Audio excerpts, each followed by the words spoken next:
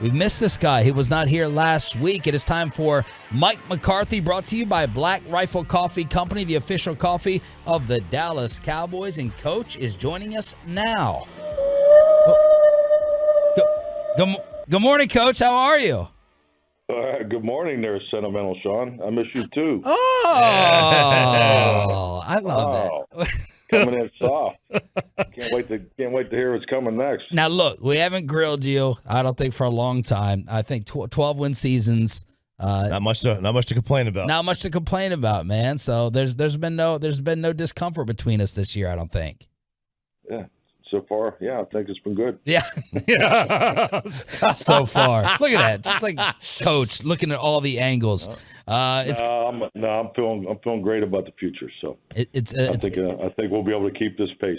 It's great to have you back on, Coach. What has this past week been like for you and the guys, given the Damar Hamlin situation?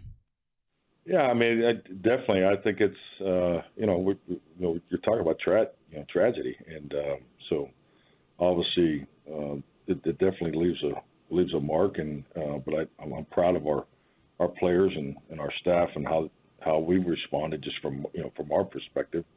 But I think the one thing to be noted is, I mean, what a blessing, and you think about the power of prayer, and just to hear the good news coming out of Cincinnati of Damar's situation. I know it was a bit of uplifting for us as a football team yesterday, because everybody's totally engaged with his progress.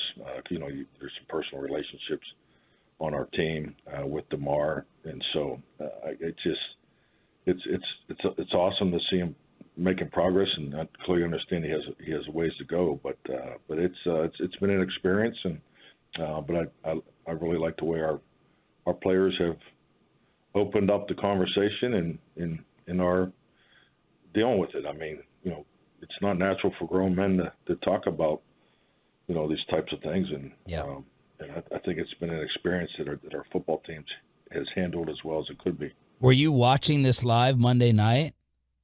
No, actually, I was not. I didn't see it live, and I actually received a phone call about it, and then just like everybody, just was watching the aftermath, and was on the phone with some individuals just to check in on our players, because I knew they were watching it. So yeah, it definitely is definitely something that I think none of us will ever forget, and it'll be one of those moments you'll know exactly where you are. And but the most important part is Damar is making improvements.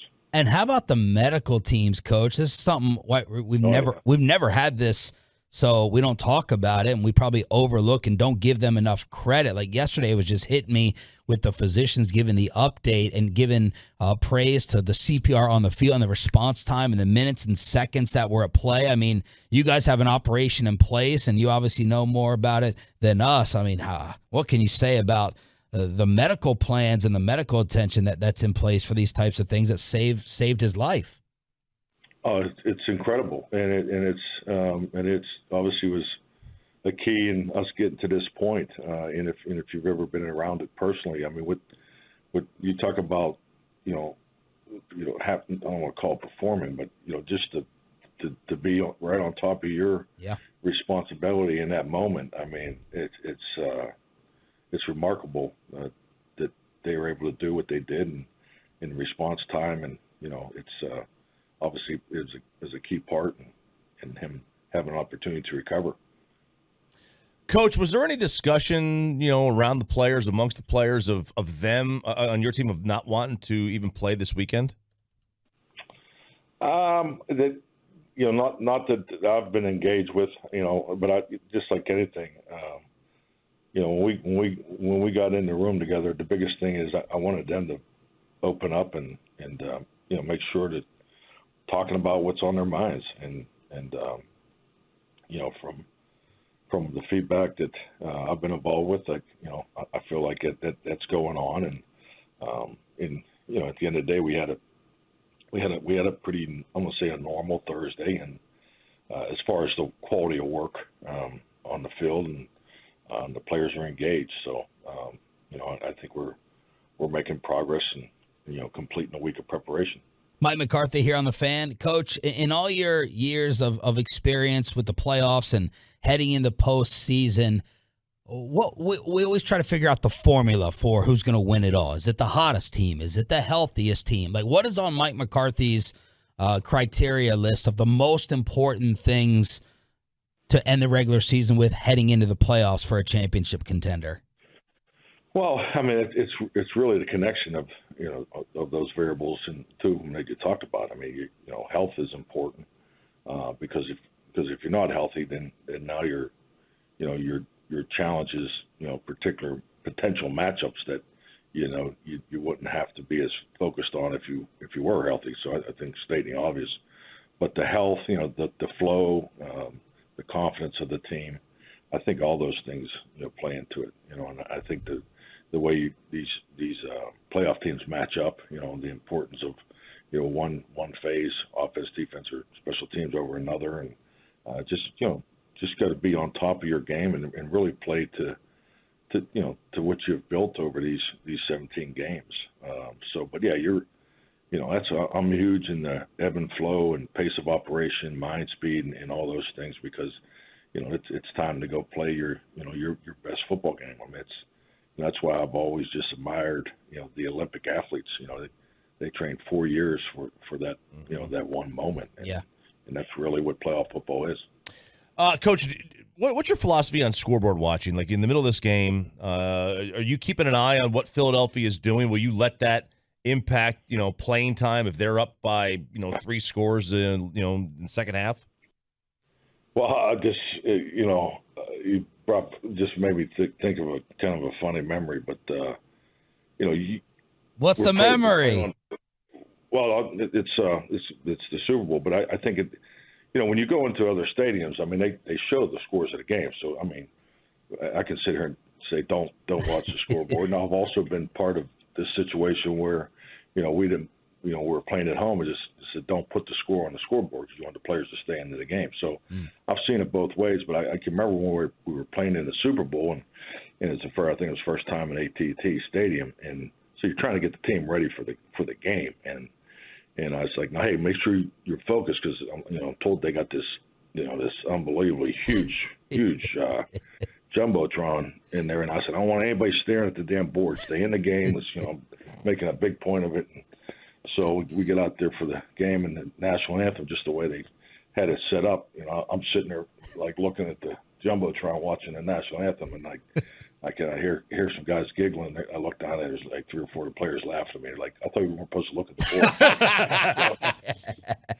board. So I can't see what's going on. So, but yeah, I mean, it's part, it's part of it. I'm not going to make a huge deal out of it, but we're going in to win a game. And I think it's, something about this league. It's so damn hard to win a game.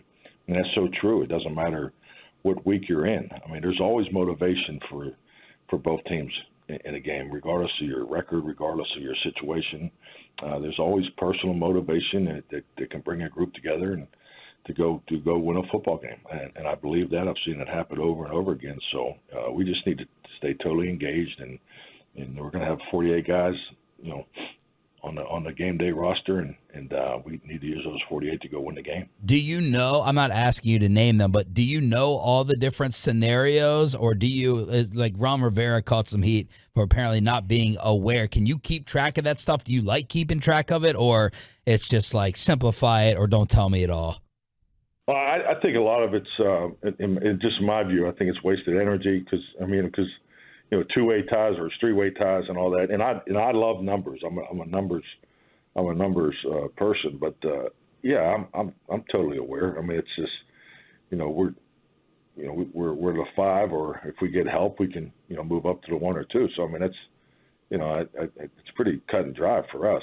So I mean, at the end of the day, we can only control get the 13th win, and everything else will take by the time we get back to the locker room, we'll have probably all the information we need. Mike McCarthy joining us here, 105 through the Fan. Okay, so we've been discussing Dak's aggressiveness and his turnovers a lot lately. Do y'all put turnovers in different, like interceptions that are, like the one that was in Tennessee. Choppy wants the league to reorganize interceptions. Like some of these where it's tipped off of someone and goes, like, it shouldn't be counted towards the quarterback, but all these shows, not us because, we're us. We're smart. They're going ahead and blaming Dak, and it's a big narrative that's still out there. Yeah, and I like to call, like, non-quarterback interceptions. Like, do y'all, like, when you're, like, evaluated, do you put those in different categories, or do they all kind of go into one bucket? No, it's done categorically, but it's because at the end of the day, it gives you specific information on how do you improve, and it's frankly, it's been the same systematic grading scale that I've been a part of since 1989. I mean, you have decision interceptions, and you break down the other criteria, and so and you coach off it. But it's just like anything. I mean, statistics are good indicators on what to take a closer look at, and that's how because the only true statistics that are absolute are wins and losses. So it's and you either take care of the ball or you don't. You either take it away or you don't. So I mean, there's not a whole lot that that just completely tells the story. There's always coaching components inside of each statistic, and that's clearly the case in the interceptions. I mean, RJ, I'm so impressed with the detail of your evaluation. If you want to jump in here on the league level and get this thing fixed, he's an expert at trying to deflect blame, Coach. Yes, that's why he loves this. He just doesn't want to accept any blame ever. Oh, okay, accountability issue, huh? I wouldn't have thought that. I have huge accountability problems. Okay, huge problems. But I just, I hate when they just kind of all put it on the quarterback when, it could be any number of factors that nobody outside, the organization knows. Nobody knows what the play is. You do, but the rest of us don't. I always found it unfair a little bit. Well, and I think it's like anything. It's clearly, that's why it's clearly the hardest position to play in football. Maybe you could make the argument it's the hardest position to play in all sports. So, and that's a big part of it. And, because there's always teaching moments and things to look at that, emphasize particularly an individual component of your training when you're evaluating interceptions or any negative play, because it's obvious you don't want it to happen again, but make sure you're on top of the why. It's if the receiver drops the route, drops the ball on a good route, there's a potential why to it. So, and at the end of the day, it takes two to connect on any route. So the guy throwing it and the guy catching it. So it's just you just got to stay in tune with those and keep training, and you'll definitely come out on the other side, has been my experience. Is the Sam Howell prep similar to Dobbs last week with kind of a midweek or late week decision to have to go and dig up some old college tape? Or how have you guys prepped in regards to that, and what have you seen from Sam Howell? Yeah, very similar. I thought our personnel department did a nice job, earlier in the week, and then Dan and and the defensive staff were, they were all over it, as soon as the news came out. So there was some anticipation just so that the prep was done, and every snap that he's put on video, we have access to it. So just to get his play style and his mannerisms and the type of player that he is at that position, that's always good information. But I've been impressed with the efficiency of their offensive production. I mean, you look at the way they distribute the football. I mean, their perimeter groups is as good as anybody we've played all year. So I mean, this will be a heck of a challenge, and I'm sure they're going to do things that play to Sam, but also you got to be ready for some aggressive opportunities that that they may take against, especially early in the game. Last thing, Coach, is there any way you could have imagined what T.Y. has brought? And it feels like everything is coming in huge moments, third down, fourth down. I mean, is there any way you could have imagined the type of impact T.Y. Hilton has immediately brought? Oh, it's been awesome. It really has. I mean, it's just, when the player comes into your programs, especially that late, I don't think I've ever had that experience before. And so your first experience is to see his professionalism, just the around the clock, approach to learning the offense, and then the second thing is the connection that he established with the quarterbacks to get the timing and rhythm down, and then stating the obvious is, for him to go in and make huge plays in games, just just with a short list of opportunities. So yeah, he's been outstanding in his short time here. Good to have you back. Glad the good vibes have continued. Have a safe trip, and we'll do it again next week, Coach. We appreciate it as always. All right, appreciate it, gentlemen. Have a good weekend. You too, sir.